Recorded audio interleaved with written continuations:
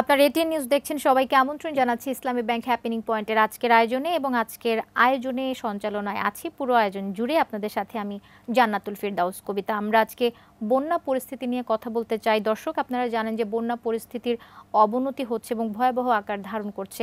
টানা বৃষ্টির সঙ্গে পাহাড়ি ছড়া ও নদ নদী দিয়ে তীব্র বেগে ভারত থেকে পানি আসছে। এতে করে কুমিল্লা, ব্রাহ্মণবাড়িয়া, সিলেট ও মৌলভীবাজারের বন্যা পরিস্থিতি দেখা দিয়েছে। ভারী বৃষ্টি ও উজানের পানিতে প্লাবিত হয়েছে ৮ জেলা। বাড়িঘরে হাঁটু থেকে কোমর সমান পানি উঠেছে। গ্রামীণ সব সড়ক, ফসলি জমি তলিয়ে গেছে। ভেসে গেছে পুকুর ও খামারের মাছ। পাহাড়ি ঢল ও বৃষ্টিতে সৃষ্ট আকস্মিক এই বন্যায় দুর্ভোগ বাড়ছে মানুষের। এই বিষয়টি নিয়ে আমরা আজকে কথা বলার জন্য আমাদের স্টুডিওতে আমন্ত্রণ জানিয়েছি মোহাম্মদ এজাজ, আরডিআরসি চেয়ারম্যান এবং একজন নদী গবেষক। আপনাকে স্বাগত জানাচ্ছি আজকের হ্যাপেনিং পয়েন্টের আয়োজনে। আপনাকে ধন্যবাদ। আচ্ছা, শুরুটা করতে চাই যে আগেও তো বন্যা হয়েছে, এবারের বন্যা এত ভয়াবহ হচ্ছে কেন? প্রশ্নটি যদি এইভাবে করেন তাহলে একটি প্রশ্ন হচ্ছে, এবারের বন্যা ভয়াবহ হয়েছে নোয়াখালী অঞ্চলে এবং ফেনী অঞ্চলে, কিন্তু এই ভয়াবহ বন্যা আমরা কিন্তু 2020 সিলেটে দেখেছি। ভয়াবহ বন্যা আমরা পুরো সিলেট অববাহিকাতে দেখছি এবং ধারাবাহিকভাবে ভয়াবহ বন্যা কিন্তু আমরা তিস্তাতেও লক্ষ্য করছি। তো সুতরাং এই যে ফ্ল্যাশ ফ্লাড অথবা হঠাৎ করে উজানের পানি হয়তোবা এটা ছেড়ে দেওয়া হয়েছে অথবা ঢল নেমে আসছে, আপনি যেটা প্রথমে বললেন, এই প্র্যাকটিসটা আমরা গত 15 বছরে কিন্তু খুব বেশি আমরা লক্ষ্য করেছি। এবারের যদি প্রশ্নটা এখন নোয়াখালী এবং ফেনী কেন্দ্রিক যদি সরাসরি প্রশ্নটি করা হয়ে থাকে যে কেন এই বন্যাটি হয়েছে, তো সেটির ক্ষেত্রে একটি হচ্ছে যে ডেফিনেটলি এখন হচ্ছে মনসুন সিজন বাংলাদেশে এবং ভারতে একই অঞ্চলে প্রচুর পরিমাণে বৃষ্টিপাত হবে এবং ইয়া পর্যন্ত ফেনী পর্যন্ত এটা যে মেঘনা অববাহিকার লোয়ার মেঘনা যদি ধরি আমরা, মেঘনা অববাহিকার পুরো জায়গাটি একদম উপরে মেঘালয় পর্যন্ত, তো সেই অঞ্চলে প্রচুর বৃষ্টিপাত হয়, এটা আমরা জানি। তো প্রচুর বৃষ্টিপাতের যখন হয়েছে, এর সাথে সাথে পানিটি যখন নেমে আসবে, তো নেমে আসার ক্ষেত্রে আমরা পানির স্রোতের দিকে যদি আমরা তাকাই, এটার ভেলোসিটি যদি আমরা দেখি, এটা একদম এক রাতে কিংবা দেড় রাতে, একদিনের মধ্যে 24 ঘন্টার মধ্যে পুরো বাংলাদেশের একটি অংশ সম্পূর্ণ ধুয়ে মুছে যাচ্ছে। এটার মানে হচ্ছে যে নিশ্চয়ই এই পানিগুলো কোথাও স্টোর করা ছিল, যেটা ছেড়ে দেওয়া হয়েছে। এটা পানির চরিত্রের দিকে তাকালেই বোঝা যায়। আর এছাড়াও আমরা যদি স্পেসিফিক্যালি কুমিল্লা, ফেনী, নোয়াখালী, লক্ষ্মীপুর এই পুরো অঞ্চলের আপস্ট্রিমে যে তিনটি নদী আছে, একটি হচ্ছে মহুরী নদী, একটি হচ্ছে ফেনী নদী এবং আরেকটি হচ্ছে ডাকাতিয়া নদী। এবারের পানিগুলো আসলে মহুরী এবং ফেনী দিয়ে নামছে, এই বন্যার পানিগুলো। এবং এই নদীর আপস্ট্রিমে ভারতের পার্টে যদি আমরা যাই, তাহলে আমরা দুটো ড্যাম প্রজেক্ট, যেটাকে আমরা বলি যে বিদ্যুৎ উৎপাদন প্রজেক্ট, আমরা ভারতের মধ্যে দেখি, যেটা ত্রিপুরাতে আছে। একটি হচ্ছে ডমরু, যেটির কথা নিয়ে ফেসবুকে অনেক ধরনের কথাবার্তা বলা হচ্ছে যে এই ড্যামটি নাকি ছেড়ে দেওয়ার কারণে পানি এসছে।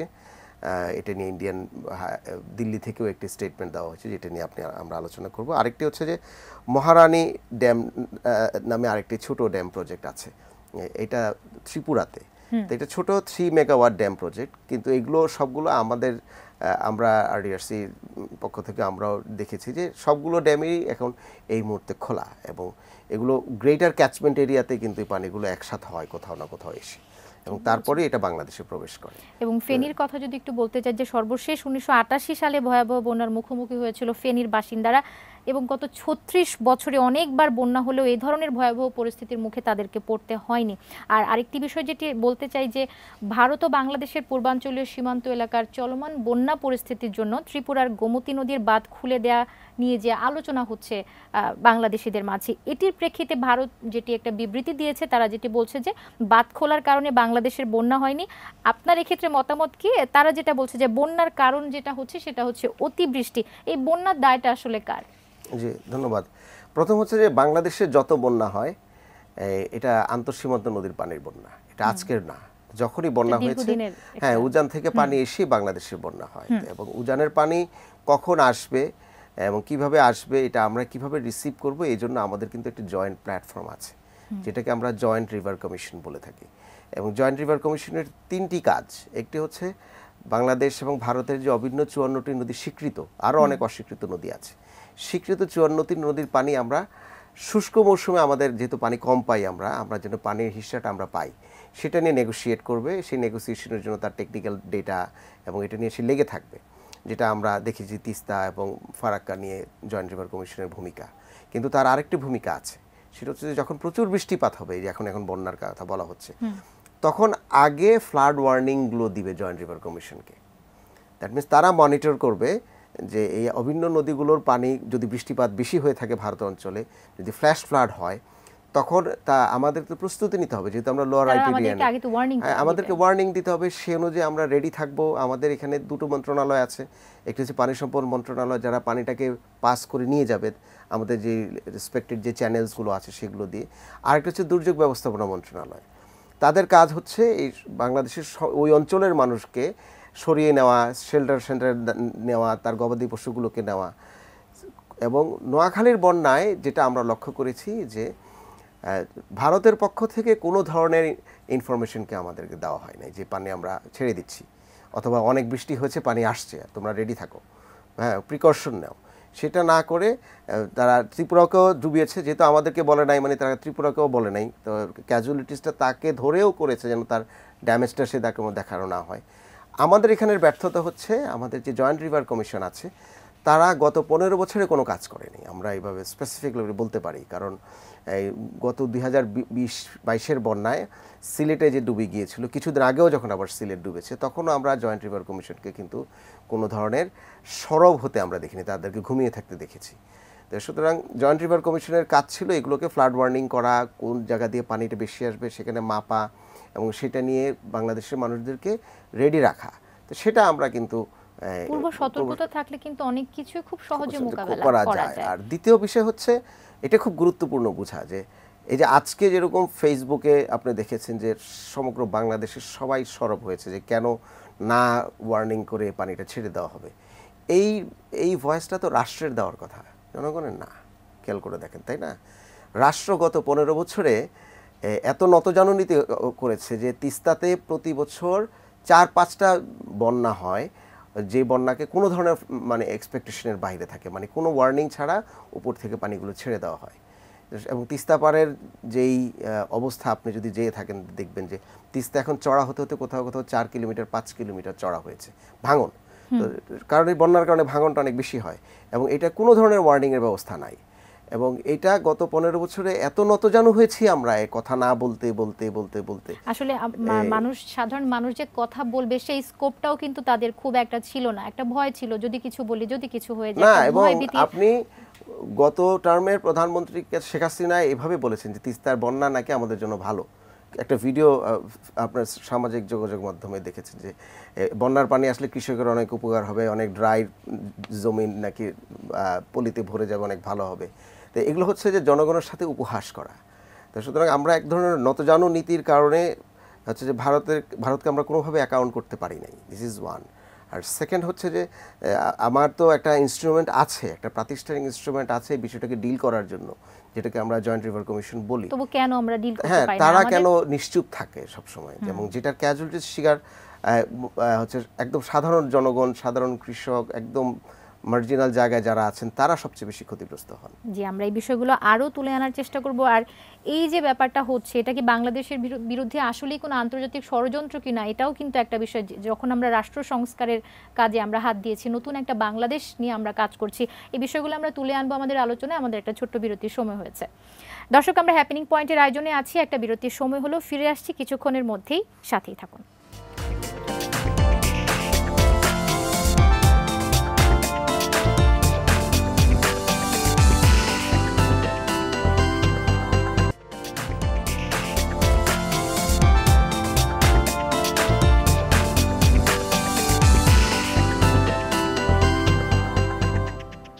ফিরে এসে সবাইকে আবার আমন্ত্রণ জানাচ্ছি ইসলামী ব্যাংক হ্যাপেনিং পয়েন্টের আয়োজনে। আপনাদের সাথে আছি আমি জান্নাতুল ফিরদাউস কবিতা। আমরা কথা বলছিলাম চলমান বন্যা পরিস্থিতি নিয়ে, কথা বলছিলাম মোহাম্মদ এজাজের সাথে, তিনি আরডিআরসির চেয়ারম্যান এবং একজন নদী গবেষক।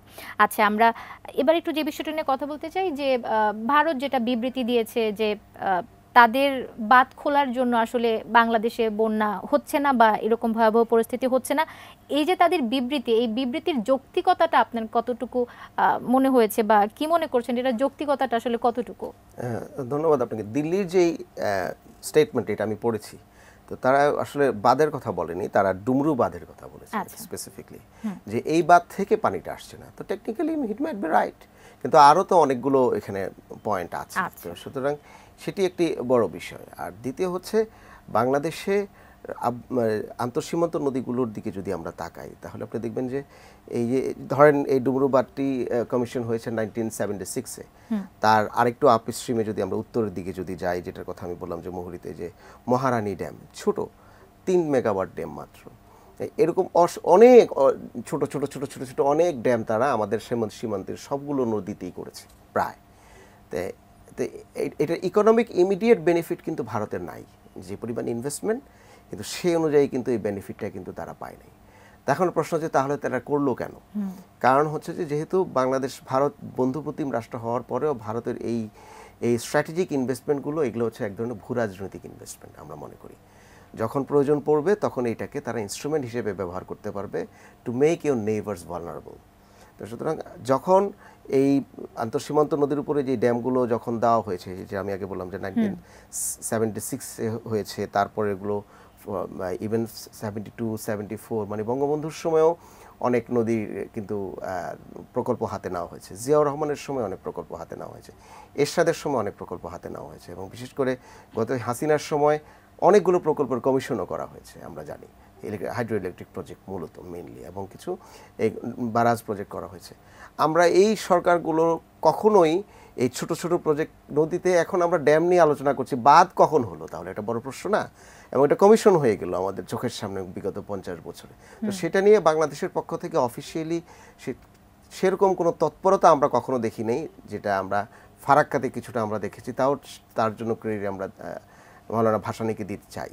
কিন্তু রাষ্ট্রীয়ভাবে আমাদের জয়েন্ট রিভার কমিশন অথবা যে রিজিমগুলো ক্ষমতায় ছিল, তারা এই ইনভেস্টমেন্টগুলো, এই স্ট্র্যাটেজিক ইনভেস্টমেন্টগুলোর বিরুদ্ধে সরকার মাথা উঁচু করে কথা বলতে পারে নাই দেখে কিন্তু আজকে আমরা আমাদের গলার মধ্যে যেরকম ফাঁস পড়ে, সেরকম বাংলাদেশের এই আন্তঃসীমান্ত নদীগুলোতে এগুলো একটা ইনস্ট্রুমেন্ট, ডেডলি ইনস্ট্রুমেন্ট হিসেবে কিন্তু মনসুনে তারা আমাদের সাথে ব্যবহার করতে পারে।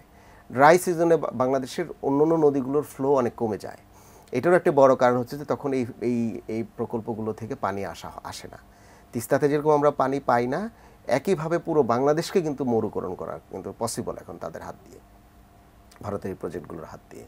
তো সুতরাং ভারতের এই স্টেটমেন্টটা টেকনিক্যালি হয়তো বা রাইট, কিন্তু আমরা মনে করি টেকনিক্যালি অ্যানসারটা করেছে, হ্যাঁ টেকনিক্যাল আনসার করেছে, অভিযোগের উত্তরটা তার এভাবেই দিয়েছে। কিন্তু বাংলাদেশে এখন ওয়াটারকে এটা ফরেন পলিসির জায়গায় নিয়ে যেতে হবে যদি আমরা বাংলাদেশের অস্তিত্বকে আমরা টিকিয়ে রাখতে চাই। আচ্ছা, বৈষম্য বিরোধী ছাত্র আন্দোলনের একজন সমন্বয়ক এরকম একটি অভিযোগ করেছেন যে যখন আসলে আমাদের পানির প্রয়োজন পড়ে তখন আমাদেরকে দিচ্ছেন না, আর যখন প্রয়োজন নেই তখন আপনারা বাঁধ খুলে দিচ্ছেন। এবং তিনি আরও একটি অভিযোগ যেটি করেছেন যে রাষ্ট্র সংস্কারের এই সময়টাতে বাংলাদেশের বিরুদ্ধে ভারত কি আসলে আন্তর্জাতিক কোনো ষড়যন্ত্রে লিপ্ত হচ্ছে কিনা, এটি নিয়ে আসলে আপনার মতামতটা জানতে চাইব। বাংলাদেশের বিরুদ্ধে এই জুলাইয়ের গণ অভ্যুত্থানের পরে তো আমরা দেখছি যে বাংলাদেশের বিরুদ্ধে আন্তর্জাতিক ষড়যন্ত্র আছে, এবং বিশেষ করে বাংলাদেশের মানুষদেরকে যিনি খুন করেছেন, যার হাতে এখনও তাজা রক্ত, তাকে তো ভারত আশ্রয় দিয়ে এই কাজটি করছেন। তো স্বাভাবিকভাবেই এই সমন্বয়ক যেটি বলেছেন সেটি সত্যি, এবং বাংলাদেশের ইয়াংরা হয়তোবা পুরো হাইড্রোপলিটিক্সটা বুঝেন না, হয়তোবা এই বন্যার, শুধুমাত্র বন্যার কারণ তো অবশ্যই ড্যাম না, আরও অনেক কারণ আছে, যেটা হচ্ছে যে বৃষ্টিপাত একটি বড় কারণ আছে, দ্বিতীয় হচ্ছে যে পানিগুলো যখন নামবে, হ্যাঁ সেটির একটি বড় বিষয় আছে, যেরকম যে বাংলাদেশে তো পানি সবসময় নামে, কিন্তু নামার পরে এই পানিটি বের হয়ে যাওয়ার কাজ কি দিয়ে বের হয়? নদী দিয়ে বের হয়, খাল দিয়ে বের হয়, ওয়েটল্যান্ডগুলো দিয়ে বের হয়, এবং গত 15 বছরে বাংলাদেশে লক্ষাধিক দখলদার তৈরি হয়েছে। বিএনপির সময় যে দখলদাররা ছিল এদেরকেও খেয়ে ফেলছে আওয়ামী লীগ দখলদাররা এসে। এবং স্পেসিফিক্যালি যদি আমরা ফেনী, নোয়াখালী, লক্ষ্মীপুরের কথা বলি, আমরা নদীরক্ষা কমিশন 2018 সালে একটি লিস্ট করেছিল, হাসিনা গভর্নমেন্টের সময়ের লিস্ট, চিন্তা করে দেখেন। সেখানে লক্ষ্মীপুরে দখলদার পেয়েছে, নদী দখলদার পেয়েছে 1041টি, কুমিল্লাতে হচ্ছে 9000, মানে 5916টি, লক্ষ্মীপুরে পেয়েছে প্রায় 4500 দখলদার। এরা সকলেই রাজনৈতিক মদতপুষ্ট এবং তারা এই নদীগুলোকে খেয়ে ফেলেছেন। আমি গত বছর এই অঞ্চলে ভিজিট করে এসেছি, আমি দেখেছি যে এই অঞ্চলে কোনো খাল নাই। একসময় নোয়াখালীতে, লক্ষ্মীপুরে এবং ফেনীতে এবং কুমিল্লাতে দেখবেন যে রাস্তার পাশে খাল থাকতো, বাজারের পাশে খাল থাকতো। এগুলো স্থানীয় যারা রাজনীতি আওয়ামী লীগ করেন, আওয়ামী লীগ নেতারা এবং আওয়ামী লীগের যারা সান্ডা পান্ডা আছে তারা মিলে এই দখলদারিটা গত 15 বছরে করেছেন। তো সুতরাং একদিকে বাংলাদেশ পুরোটা নদী খাল বিল কিন্তু এরা দখল করেছে। তো সুতরাং পানি যদি উপর থেকে আসছে সেই পানিটা নামবে কোন দিকে? যাওয়ার ব্যবস্থাটাও যাওয়ার পিছনে তো আরেক ধরনের মাফিয়াতন্ত্র স্বৈরতন্ত্র আমরা এই নদী এবং খালের উপর আমরা পেয়েছি। সেটা নিয়ে আমরা আগে কথা বলতাম, আমরা ভয়ে কথা বলতাম না, আমরা শুধু দখলদার শব্দটা ব্যবহার করতাম। কিন্তু এই দখলদার যে প্রভাবশালী এতটুকু বলতে পারতাম, আমরা মূলে কিন্তু সরাসরি আঙ্গুল তোলার মতো ক্ষমতা কিন্তু আমাদের কারো ছিল না। সুতরাং ডেফিনেটলি এই আমাদের স্থানীয় যেই স্বৈরতন্ত্র এবং এই যে দ্বৈরাত্য, এরা হচ্ছে আমাদের এই যে ক্লাইমেটিক যে ক্রাইসিসগুলো আছে সেটা মোকাবেলার ক্ষেত্রেও তো একটা বড় অন্তরা এখন হয়ে গিয়েছে। সুতরাং এক হচ্ছে দেশের ভিতরে দখল হয়েছে, দেশের বাহিরে আমরা নতজানু ছিলাম, এই সবগুলোকেই কিন্তু ভারত ইনস্ট্রুমেন্ট হিসেবে এখন ব্যবহার করতে পারছে এবং তার জন্য সহজ হচ্ছে। সবকিছু মিলেই আসলে যেটা হচ্ছে সেটা আসলে সাধারণ মানুষই কিন্তু সবশেষে কষ্ট পাচ্ছে। যারা প্রভাবশালী তারা তো আসলে সেভাবে ফেস করছে না। সবশেষে আমরা সাধারণ মানুষ বা আমাদের যদি বলি গ্রামের খেটে খাওয়া মানুষ, কৃষক ভাইরা আছেন, তাদেরই কিন্তু সবশেষ কষ্টটা হচ্ছে। আচ্ছা, সবশেষ আমার যে প্রশ্নটা একটু রাখতে চাই, একটু ছোট করে জানতে চাই, বন্যা প্রতিরোধে আসলে আমাদেরকে কি করা জরুরি, বন্যা মোকাবেলায় আমরা কি কি পদক্ষেপগুলো এখন নিতে পারি? ধন্যবাদ আপনাকে। প্রথম হচ্ছে এই যেহেতু বন্যার পানি ভারত থেকে আসে মূলত, তা আমাদের জয়েন্ট রিভার কমিশন শুধুমাত্র বড় নদীগুলোর ডেটা রাখে। এগুলো তো ছোট নদী দিয়েও পানি আসে, এবং যে আন্তঃসীমান্ত ছোট নদীগুলো আছে সেগুলোরও ক্ষেত্রে অ্যাক্টিভ ডেটা রাখতে হবে এবং তাদেরকে ট্রান্সপারেন্ট হতে হবে, তাদেরকে ওপেন হতে হবে। যেহেতু রিজওয়ানা আপা এখন এটা দায়িত্বে আছেন এবং উনি মাঠে অনেক দিন কাজ করেছেন, আমরা আশা করছি এবং আমরা কনফিডেন্ট যে আপা এটা এই বিষয়গুলোকে ট্রান্সপারেন্ট করতে পারবেন, এদেরকে ইনভলভ করতে পারবেন। এটি হচ্ছে একটা বড় বিষয়। দ্বিতীয় হচ্ছে ভারতের সাথে পানির বিষয়, এটা সেপারেট কোনো বিষয় না, পানি ইস্যুটি একটি পররাষ্ট্র নীতির মধ্যে আনতে হবে আমাদের, কারণ না হলে আমরা এই নেগোসিয়েশনটা করতে পারবো না। আর থার্ড হচ্ছে যেটা আমি বললাম যে এখন শুধুমাত্র সরকারি লিস্টেই 56,000 নদী দখলদার আছে, যেটা আসলে 3 থেকে 4 লক্ষ, কারণ তখন নাম আওয়ামী লীগের নেতাদের নাম বলা যেত না। তো সুতরাং আমার মনে হয় ইমিডিয়েটলি এই উচ্ছেদ অভিযানটা শুরু করতে হবে, নদীর পথগুলো পরিষ্কার করতে হবে। অর্থাৎ আমরা সব ক্ষেত্রে কিন্তু দুর্নীতির পদচারণা দেখতে পাচ্ছি, দখলবাজ দুর্নীতিগ্রস্ত যারা আছেন তারাই তো সেই কাজগুলো করছেন। আমরা আশা করব আমাদের নতুন অন্তর্বর্তীকালীন সরকার যে গঠিত হয়েছে তারা এই বিষয়গুলো ভালোভাবে দেখবেন। আপনাকে অসংখ্য ধন্যবাদ আমাদের সঙ্গে হ্যাপেনিং পয়েন্টের আয়োজনে যুক্ত হয়েছেন। আপনাকে অনেক ধন্যবাদ। দর্শক, কথা বলছিলাম চলমান বন্যা পরিস্থিতি নিয়ে এবং কিভাবে এই বন্যা পরিস্থিতিকে আমরা মোকাবেলা করতে পারি। কথা বলছিলাম মোহাম্মদ এজাজের সঙ্গে, তিনি আরডিআরসি চেয়ারম্যান এবং একজন নদী গবেষক। আজকের মতো হ্যাপেনিং পয়েন্টের আয়োজন এখানেই শেষ করছি। ভালো থাকবেন, সুস্থ থাকবেন, এটি নিউজের সঙ্গে থাকবেন।